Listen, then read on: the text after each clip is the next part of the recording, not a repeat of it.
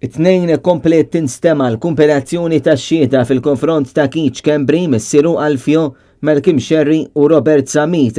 Keach Kembri ma kienx fl-awla minħabba raġuni ta' Mart. Il-kumpilazzjoni komplet bix-xhieda ta' Mario Vella li kien chairman tal-Mulza Enterprise bejn l-2013 u l-2016 mistoqsi dwar lotjiet mogħtija l-Progress Press, il-kumpanija ta' Keach Kembri. Ix-xut qal il-kumpanija natat sussidju fuq is-self li ħadet għax-xiri tal-magni għall-printer.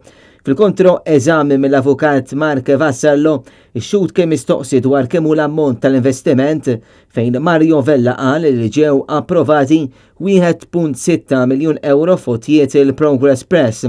Mistoqsi jekk il-Progress Press ħadiġ aktar għajnuna finanzjarja, Vella qal il-kumpanija stmat li l-proġett kien se jiswa 5.6 miljun euro. Għamela ċara iżda li loti approvata mill-Aġenzija kienet ta' 1.6 miljun euro. Tala jiexet ukoll is-Superintendent Frank Tabone li huwa stazzjonat fit-taqsima kontra reati ekonomiċi. Tabone xed dwar kif ġew arrestati l-akkużati u qal li ġew elevati diversi oġġetti elettroniċi fosthom mobiles. Huwa qal li fit-22 ta' Settembru tal-2020 ġie mitkellem Emanuel Castagna u għażel li jikkomunika mal-avukati biex jagħmel l-istqarrija tiegħu. Ix-xhieda komplet bil-Financial Controller tat-Times Adam Vella fejn qal li beda jaħdem mal-kumpanija mill-2016.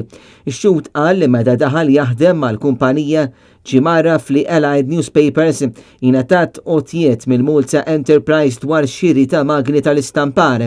Mistoqsi dwar l-irċevuti huwa qal li ma jafx min għamel dawn l-irċevuti għax inħarġu qabel daħal jaħdem mal-kumpanija. Is-seduta li jmiss ġiet aġġornata għal 15 ta' Novembru fid-9:30 ta' filgħodu.